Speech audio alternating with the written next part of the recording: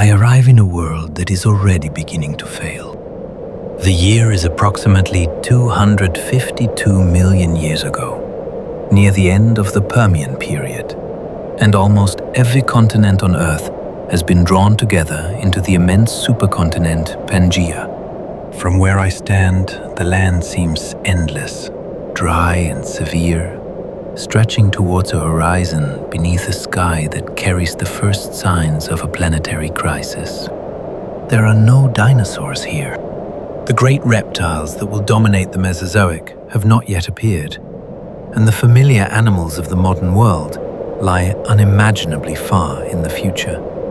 Instead, this is the age of synapsids, reptiles and amphibians, a complex terrestrial world built over millions of years of evolution. Ahead of me, a herd of dicynodons stands motionless on an open floodplain. These stocky, tusked herbivores are among the most successful large land animals of the late Permian, their powerful beaks adapted for cropping tough vegetation. For now, they are part of an ecosystem that still appears functional. Nearby, a gorgonopsian stands frozen among sparse vegetation. It is a formidable predator, a distant relative on the synapsid branch that will one day produce mammals, with elongated canine teeth projecting from its jaws.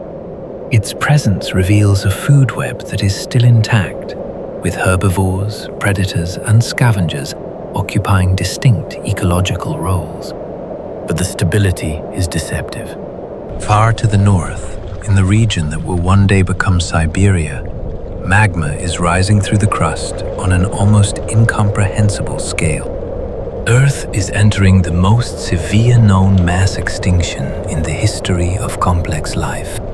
I cross a broad landscape beneath a pale, increasingly oppressive sky. The interior of Pangaea is already vulnerable to extreme seasonal conditions because so much land lies far from the moderating influence of the ocean. As the climate shifts, heat and drought begin placing additional pressure on ecosystems already living close to their limits. The catastrophe does not begin with a single explosion. There is no solitary impact crater marking one sudden instant when the world changes. Instead, the crisis unfolds through immense volcanic episodes and a cascade of environmental disruptions that reinforce one another. In Siberia, enormous volumes of magma erupt across the surface. Layer after layer of basalt spreads over the land, eventually contributing to one of the largest known continental volcanic provinces in Earth's history. The scale is difficult to understand from the ground because the affected region extends far beyond any single horizon. But the surface eruptions are only part of the story. Magma also forces its way underground, intruding into sedimentary rocks rich in carbon and other volatile materials. The heating of these rocks may release additional greenhouse gases, intensifying a climate system already being driven towards instability. I look across a volcanic landscape where dark basalt dominates the ground. In the distance, natural eruption columns and atmospheric haze obscure sections of the horizon beneath daylight filtered through volcanic aerosols.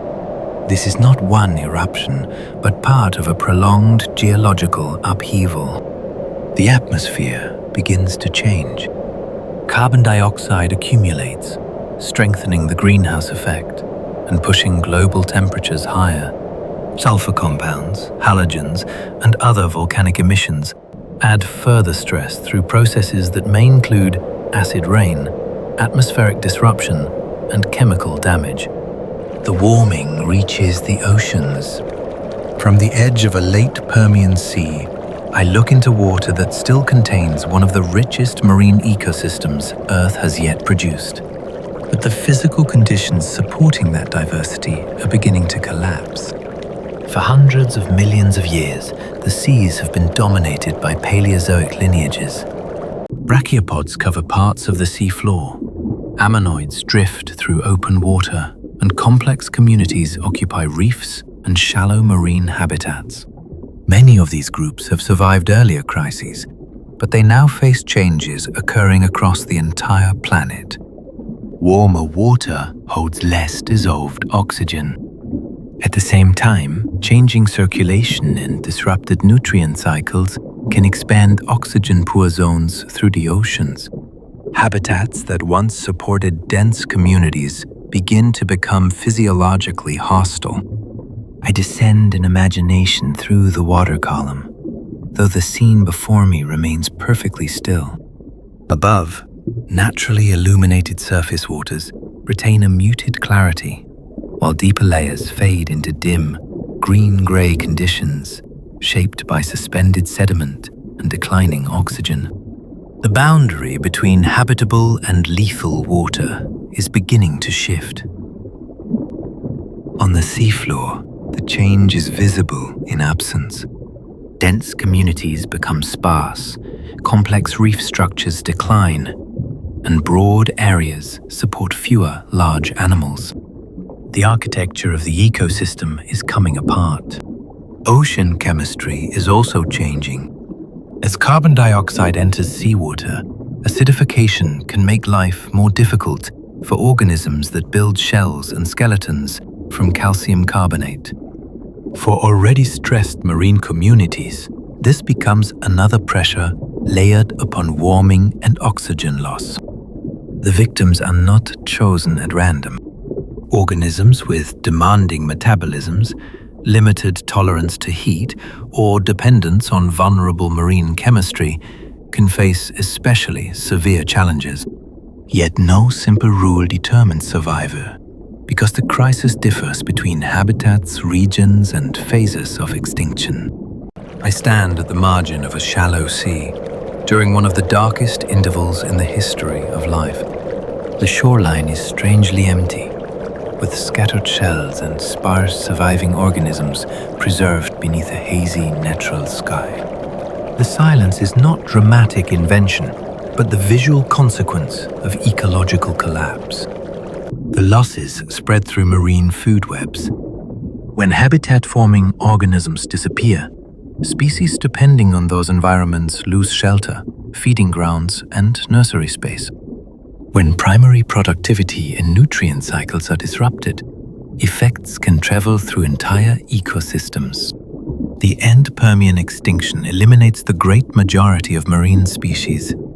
Precise estimates vary with methods and the incompleteness of the fossil record, but the event remains unmatched in its severity. Entire branches of evolutionary history disappear from the oceans.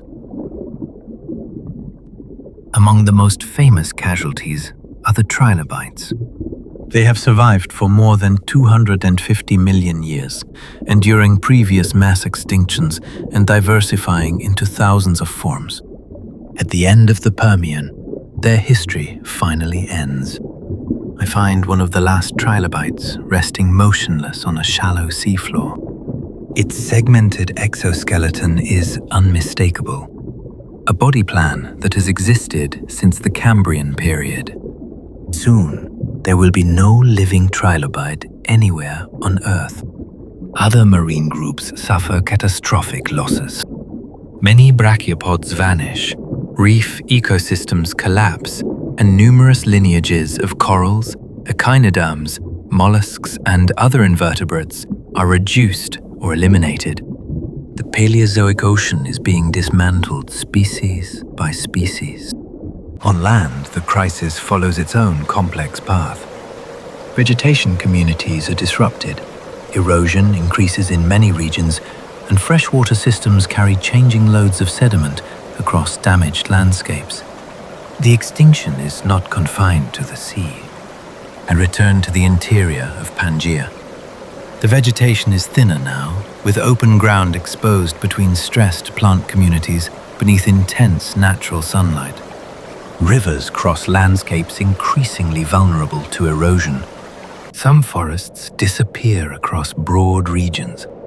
Plant communities shift, and the fossil record in many places records profound ecological disturbance rather than a simple universal moment of total deforestation.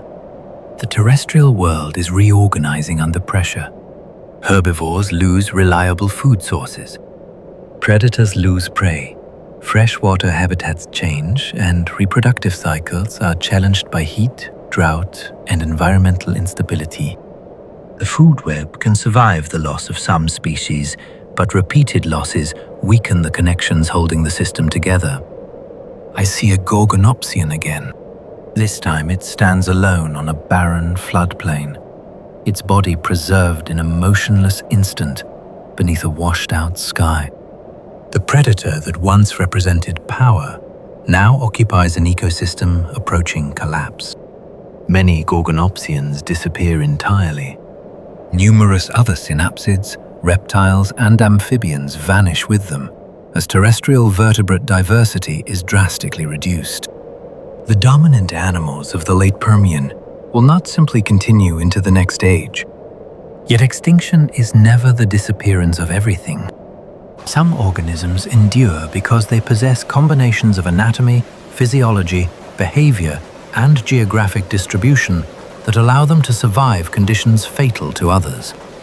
Among the most famous survivors is Lystrosaurus. I encounter one standing beside a shallow, muddy channel. It is a stout dicynodont synapsid with a beak, 2 tusks, and a body built low to the ground. Nothing about it suggests that it will become an emblem of survival after Earth's greatest biological catastrophe. Lystrosaurus is not alone in surviving.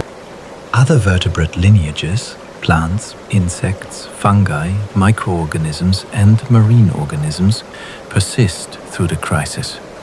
But survival does not mean the world quickly returns to normal. The extinction boundary passes. The Permian period ends and the Triassic begins. The planet that emerges is profoundly altered. I walk across an early Triassic landscape. The diversity around me is far lower than before, and broad regions are occupied by ecological communities that appear simplified compared with the vanished Permian world. A small number of resilient forms can become unusually widespread. In some regions, Lystrosaurus is extraordinarily abundant. Its fossils will one day be found across parts of Africa, India, and Antarctica, helping reveal both its success and the former connections within Pangaea. For a time, this survivor becomes one of the most characteristic large vertebrates on land. But even survival is difficult.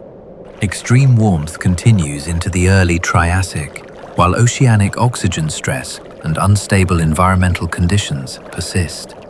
Recovery is delayed because the physical planet itself has not yet settled. In the seas, microbial communities can expand in stressed environments. Some early Triassic deposits preserve evidence of ecosystems very different from the diverse marine communities that existed before the extinction. Complex ecological structure must be rebuilt from the survivors.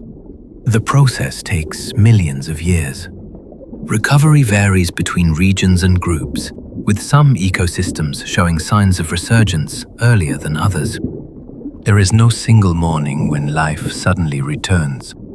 I look across a recovering shoreline. Small animals occupy habitats once dominated by richer and more complex communities, while the naturally lit sea stretches towards a warm horizon. Evolution is working with what remains. The extinction has removed ecological incumbents that dominated for immense spans of time. As conditions eventually stabilize, surviving lineages diversify into opportunities left vacant by the dead. The future begins to open in unexpected directions. Among the survivors are archosauromorph lineages. Their descendants will later contribute to the rise of crocodile-line archosaurs, pterosaurs, and dinosaurs. The catastrophe has not created dinosaurs, but it has transformed the ecological world in which their distant rise will become possible. Other survivors belong to the synapsid lineage. From that branch, after further extinctions and immense evolutionary change, mammals will eventually emerge. Our own ancestry passes through this shattered world. I stand on a ridge above the recovering supercontinent. Pangaea still dominates the planet, but the biological civilization of the Permian has largely vanished. The world below is both empty and full of possibility.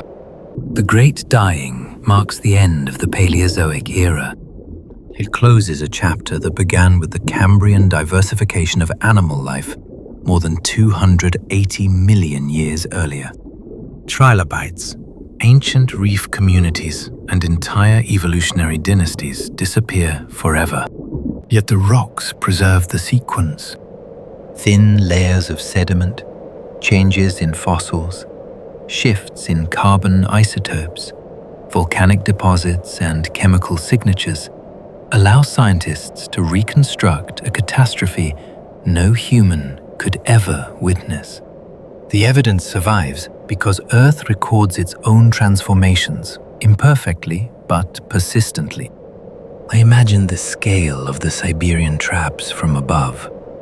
Basalt provinces extend across immense distances, while networks of ancient magma intrusions remain locked within the crust. The geological engine behind the crisis operated on a scale far beyond any ecosystem's experience. There is still debate over the exact contribution of individual kill mechanisms. Global warming, ocean anoxia, acidification, volcanic emissions, ecosystem disruption, and other stresses interacted across different times and places. The Great Dying was likely devastating, precisely because the crisis was not one thing. It was a cascade. Atmosphere, ocean, climate, soil, vegetation, and food webs became linked pathways through which disturbance could spread. Once enough systems began failing together, survival became increasingly difficult. I take one final look across the early Triassic world. The landscape is quiet, naturally lit beneath a hot sky, with sparse vegetation extending towards distant mountains. Almost everything that once defined the Permian has gone. There are no trilobites in the sea. The great Gorgonopsian predators no longer dominate the land. Many forests, reefs, and enemo communities exist only as traces, waiting to become fossas. But life remains. In burrows, rivers, coastal waters, open plains, and recovering seas, survivors continue lineages that extinction failed to erase. From them, the next world will be built. More than 250 million years later, we will give this catastrophe a name. We will call it the Great Dying. The closest complex life has come to losing almost everything it had built. And in the silence after extinction, Earth's future begins again.